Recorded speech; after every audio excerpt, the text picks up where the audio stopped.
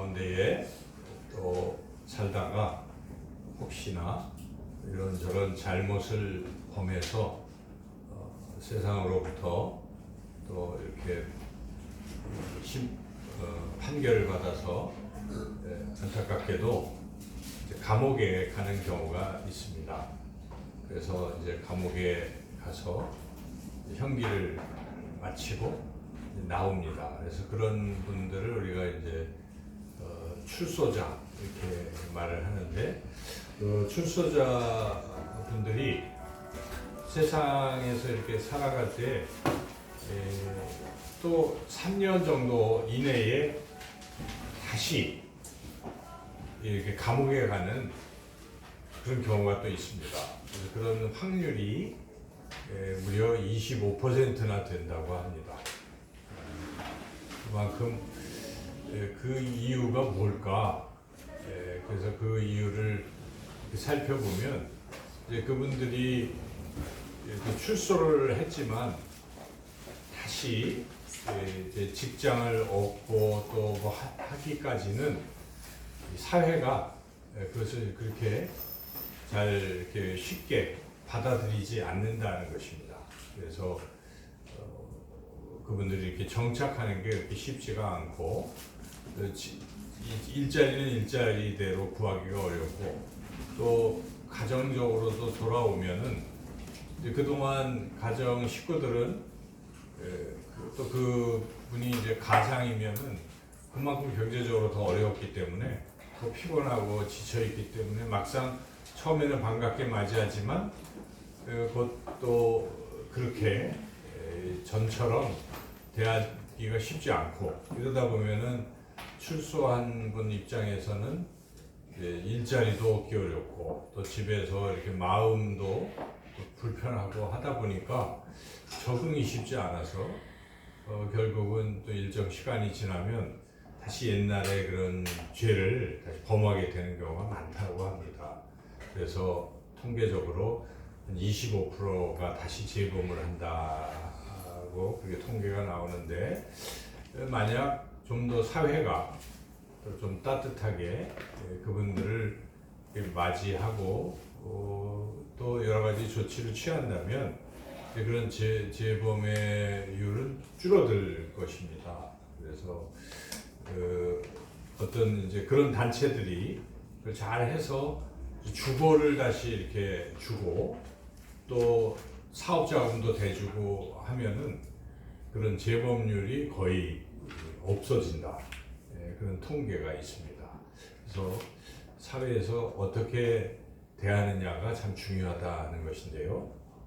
오늘 우리가 읽었던 이 말씀 속에 등장하는 세리, 당시 유대인들에게 있어서 세리는 그야말로 죄인입니다. 왜냐하면 자신의 나라를 지배하고 있는 로마에 빌붙어서 그 로마에게 세금을 이제 걷어들이는 일을 하는데, 그냥 원래 적정한 금액보다 더 많이 징수를 해서 착복을 하기 때문에 백성들의 입장에서 세리를 보면은 이거는 매국노이기도 하고 또 자신들에게 더 피해를 주고 하기 때문에 세리는 이 사람들이, 유대인들이 그냥 죄인 취급하는 그런 직업을 가진 사람들이죠. 오늘 본문에 등장하는 마태도 바로 그런 일을 하고 있었던 사람입니다. 그런데 사회에서는 그 세리를 그렇게 나쁘게 보고, 특별히 그 바리새인들은 더더욱 그러는 거죠. 바리새인들은 자신들은 의롭게 사는데 죄인들은 저렇다 하고 더 정죄하고, 바리새인들은 아주 더 이 세리를 나쁘게 보는. 그래서 오늘 본문에 봐서도 이 바리새인들은 세리도 나쁘게 보지만 세리랑 같이 어울리는 사람도 똑같이 나쁘게 본다는 것이죠. 그래서 오늘 본문에 그것이 잘 드러나 있는데, 10절 한번 11절 읽어볼까요? 11절.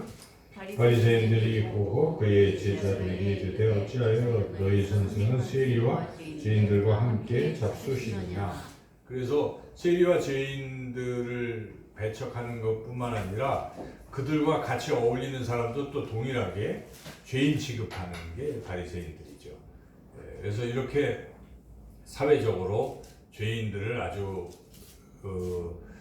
그렇게 대하는 그런 분위기 속에서 우리 예수님은 그 죄인들을 어떻게 대하시는가 하는 것입니다. 우리 예수님은 그 죄인들을 오히려 예수님의 제자로 부르고 계시다는 것입니다. 그것이 오늘 9절에 잘 나와 있는데 9절 말씀도 같이 한번 읽어보겠습니다.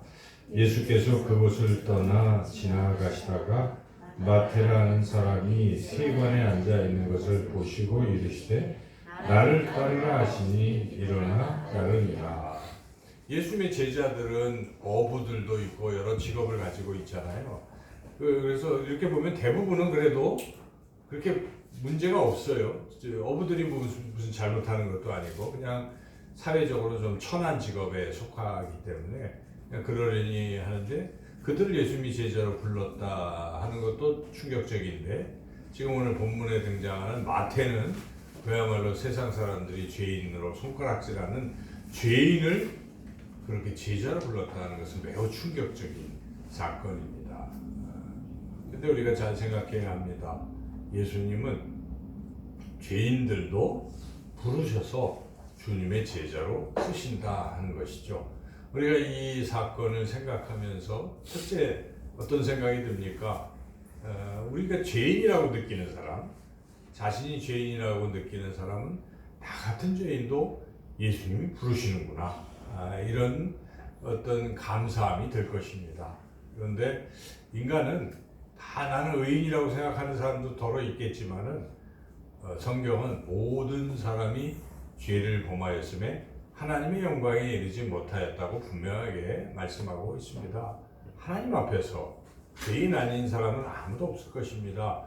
우리가 겉으로는 다른 사람에게는 의로운 것처럼 그렇게 행동하고 말하고 하지만 그러나 내가 혼자 있을 때 하나님 앞에 섰을 때 우리는 정말 세상에 고백할 수 없는 세상이 알기를 두려워하는 그러한 죄 가운데 우리가 살아가고 있는 존재입니다. 그래서 우리 모든 인간은 하나님 앞에 죄인인데 그러한 죄인임에도 불구하고 하나님께서 우리를 이렇게 하나님의 자녀로 불러주셨고 또한 때로는 하나님의 또 일꾼으로 이렇게 불러주셨다는 것 자체를 우리가 생각한다면 우리가 하나님 앞에 참으로 감사를 드리고 그렇게 살아가야 될 줄로 믿습니다.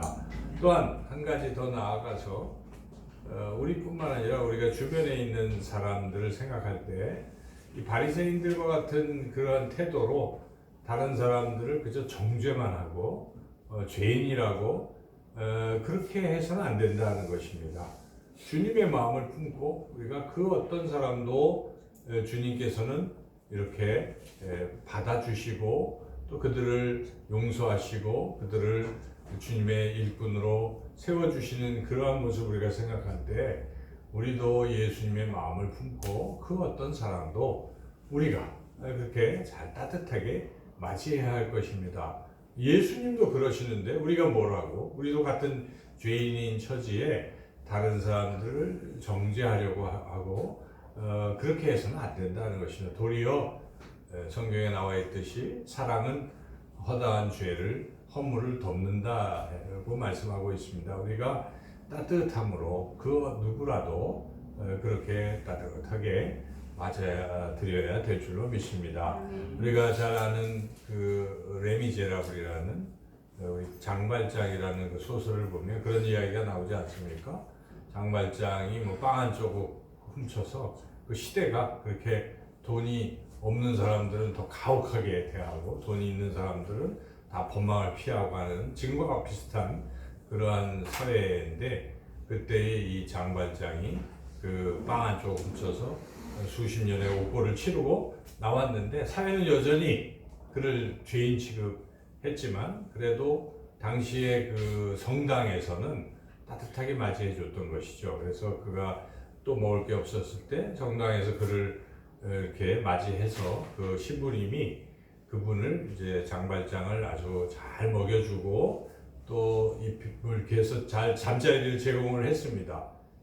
그랬는데 그 장발장이 이제 또 나가려고 보니까 막상 또 돈도 없고 해서 그 신부님의 그 은초대를 하나를 이제 훔친 거죠.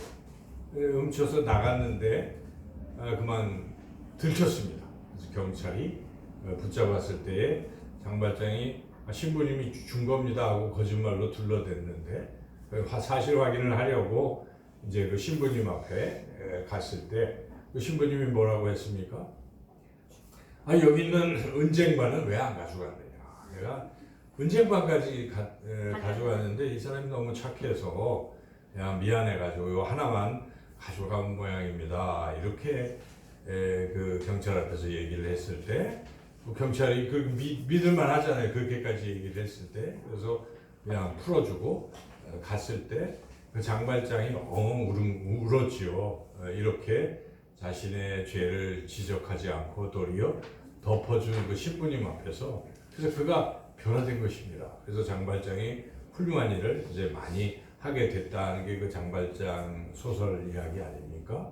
그것이 비록 소설이지만 그와 같이 죄를 지었을 때에 그저 바리새인처럼 죄를 정죄하고 뭐 하는 그런 것이 아니라 오히려 따뜻하게 덮어주고 또 감싸주고 할 때에 사람이 변화된다는 것입니다. 사람을 변화시키는 것은 법이 아닙니다. 사람을 변화시키는 것은 사랑이죠. 사랑입니다. 우리도 그런 것 아니겠습니까? 우리가 죄인 되었을 때, 아직 죄인 되었을 때에 하나님께서 우리를 사랑하시사 자기 아들을 희생물로 그렇게 우리에게 주셨기 때문에 그것이 하나님의 사랑을 확증하신 것이라고 로마서 5장 8절에 나오지 않습니까? 그와 같이 그 하나님의 사랑을 우리가 경험한 사람들, 하나님의 사랑을 아는 사람들은 삶이 변화되는 것입니다. 그래서 예수님을 믿는 그리스도인으로 살아가게 된다는 것입니다. 우리가 그것을 생각할 때에 우리도 주님의 마음을 품고 설령 어떤 죄를 나한테 죄를 지었을지라도 또는 공동체의 어떤 죄를 범했을지라도 우리가 주님의 마음으로 잘 품어주고 사랑으로 대해야 할 줄로 믿습니다. 오늘 이 말씀을 통해서 우리가 주님의 마음으로 그렇게 사랑으로 대해야 한다는 것을 깨닫습니다. 그리고 오늘 말씀을 통해서 우리가 또 깨닫게 되는 것은 우리 예수님이 부르실 때에 마태처럼 즉각적으로 순종을 해야 한다는 것입니다. 예수님께서 이 마태를 보시고 나를 따르라 이렇게 말씀하실 때 마태는 즉시 일어나서 자신의 직업도 버리고 예수님을 제자로 따라 나선 것이죠. 마태를 생각해 보면 그가 한편으로는 사람들로부터 죄인이라고 이렇게 욕먹고 하는 이런 부분도 있었지만 또 한편으로 생각하면 돈도 많이 버는 거죠. 돈도 많고 생활도 안정돼 있고 하는데 지금 갑자기 이거를 다 버리고 그냥 주님을 따라간다는 게 그렇게 쉬운 결단이 아닌데 이 마태는 감동을 받고 나 같은 죄인도 부르시는구나 하는 그것에 감동해서 그냥 즉각적으로 자기의 그런 것도 기득권도 내려놓고 예수님을 따라 나선 것이죠.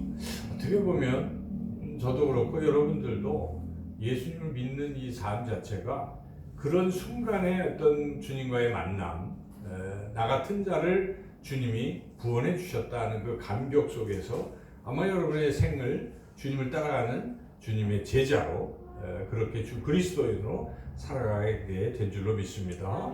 그런데 이제 우리가 살면서 때로는 그러한 또 중간중간에 부르시는 어떤 순간에 주님의 음성을 듣고도 어느덧 또 우리가 게을러져서 머뭇할 때는 없는지 한번 다시 우리가 돌아봐야 되겠습니다. 그래서 주님 부르실 때는 우리가 즉각적으로 주님을 따라 나서는 저와 여러분이 되시기를 주님의 이름으로 축원합니다. 또한 오늘 이 말씀 가운데에 우리가 생각할 부분은 이 마태가 그렇게 주님을 즉각적으로 따라 나섰는데 또 한 가지 특이한 행동을 했다는 것이죠. 그 행동이 무엇입니까? 그 행동이 10절에 보면은 그 내용이 나와 있는데 10절을 같이 한번 읽어보겠습니다. 예수께서 마태의 집에서 앉아 음식을 잡수실 때에 많은 세리와 죄인들이 와서 예수와 그의 제자들과 함께 앉았더니. 이 장면을 생각해 보면은 마태가 지금 예수님 부르셔서 제자로 나섰는데 제일 먼저 하는 행동이 무엇입니까? 예수님을 자기 집에 초대한 것입니다. 초대해서 예수님께 식사를 대접하는데 그때 그냥 예수님만 대접한 것이 아니라 자기 친구들 다 부른 것입니다. 같은 세리, 죄인들 다 불러서 주님과 같이 식사를 하게 했던 것이죠. 왜 그것을 했겠습니까? 자기가 만난 이 예수님을 자기 친구들도 만났으면 하는 그런 마음인 것이죠. 그래서 이 친구들도 이 좋으신 예수님을 만나서 그런 구원을 받기를 원하는 그런 마음 때문에 자기 친구들을 다 초대했다는 것이죠. 이 사실이 굉장히 중요한 것입니다. 우리는 죄인이지만 우리가 주님의 부르심을 받고 의인이 되고 하나님의 자녀가 되고 더욱이 우리가 주님의 제자로 그렇게 살아가게 되었습니다. 이 놀라운 은혜를 우리가 경험할 때 우리가 또한 해야 할 일이 무엇이겠습니까? 이런 놀라운 은혜와 사랑을 다른 사람도 알았으면 하는 마음이 들어야 합니다. 그것이 당연한 것이죠. 우리가 정말 사랑을 우리가 받았다면 이 사랑을 누군가에게도 알려주고 또 그들도 받기를 원하는 그런 마음을 갖는 것이 정상적인 사람의 모습일 것입니다. 둘 중에 하나인 것이죠. 만약에 안 한다면 굉장히 이기적인 사람, 자기만 아는 사람이거나 아니면 그 받은 사랑이 진짜가 아닌 거예요. 정말 자기가 구원받았다는 확신이 없는 것입니다. 정말 내가 주님 만나서 내 죄가 사함받았다는 이런 감격이 가짜인 것입니다. 그렇지 않고서야 어떻게 우리가 이 놀라운 은혜를 나만 받으려고 하겠습니까? 그러므로 우리가 정말 주님의 그 사랑, 죄인을 부르러 오신 주님, 나 같은 죄인을 부르러 오신 주님을 만나셨다면 우리는 또한 우리 주변에 가장 사랑하는 사람부터 시작해서 이 마태가 친구들부터 부른 것처럼 가장 잘 아는 사람부터 우리가 주님께로 동일하게 인도해야 될 줄로 믿습니다. 아까 우리 권사님 기도하셨지만 12부가 그렇게 멀지가 않아요. 10월 29일 우리가 이 잃은 양 찾아서 모셔오기 잔치를 우리가 지금 준비하고 기도하고 있는데 벌써 이제 6월 달이 다 가고 있음에도 불구하고 여러분들이 작정을 하셨을 거로 저는 믿는데 그 작정한 분들을 좀 이렇게 알려주셔서 우리가 함께 기도해야 할 텐데요. 왜냐하면 기도를 안 하면 하나님이 응답을 안 하십니다. 저는 그 단언을 하는데 하나님 다 아시지만은 우리의 기도를 통해서 역사하시는 게 하나님의 방법입니다. 그러니까 기도하라고 주님 말씀하시는 것이죠. 만약에 하나님이 알아서 다 하시면 왜 우리에게 기도하라고 하겠습니까? 기도하라고 하는 것은 우리와 같이 하나님의 역사를 이루기를 원하시기 때문에 꼭 기도를 통해서 하나님의 역사하십니다. 그래서 우리가 기도해야 돼. 우리 힘으로 불가능합니다. 여러분, 누군가를 구원하시고 싶습니까? 나의 자녀들을 구원하고 싶습니까? 하나님 앞에 기도하십시오. 그래서 하나님 이 아들을, 이 딸을, 이 자녀를 하나님 꼭 구원해 주십시오를 간절히 기도해야 되는데 기도는 혼자서만 해서 되는 게 아닙니다. 기도는 함께 해야 되는 것입니다. 믿음의 기도는 역사하는 힘이 크기 때문에 나의 믿음이 부족하다면 또 믿음이 있는 공동체에 기도를 함께 우리가 요구하고 원해서 같이 기도해서 나가야 되는 것입니다. 12국 이 새 생명 이 모셔오기 잔치를 우리가 하는 이 중대한 일을 앞두고 우리 기도를 해야 되는데 그러기 위해서 이번 6월 말 되기까지 여러분 마음에 작정하신 그 영혼을 올려드리기 바랍니다. 그래서 우리가 함께 이름을 불러서 기도하고 저 명단에 그걸 대외적으로 하기가 어려우면 그냥 우리가 내부적으로 알고 공유해서 함께 기도하기를 간절히 주님의 이름으로 축원합니다. 기도하겠습니다. 하나님 감사합니다. 죄인을 불러오신 주님의 모습을 우리가 말씀을 통해 접합니다. 우리도 죄인이었는데 주님께서 우리를 불러주시는 은혜에 감사하며 주님 우리도 사람들을 대할 때에 주님의 마음으로 따뜻하게 사랑으로 대하게 하시고 또 더 나아가서 우리가 구원해야 할 영혼들을 더 위해서 하나님 간절히 기도하고 주님께로 마태처럼 주님께로 인도하는 우리의 삶이 되게 하여 주시옵소서. 예수님의 이름으로 기도드리옵나이다. 아멘.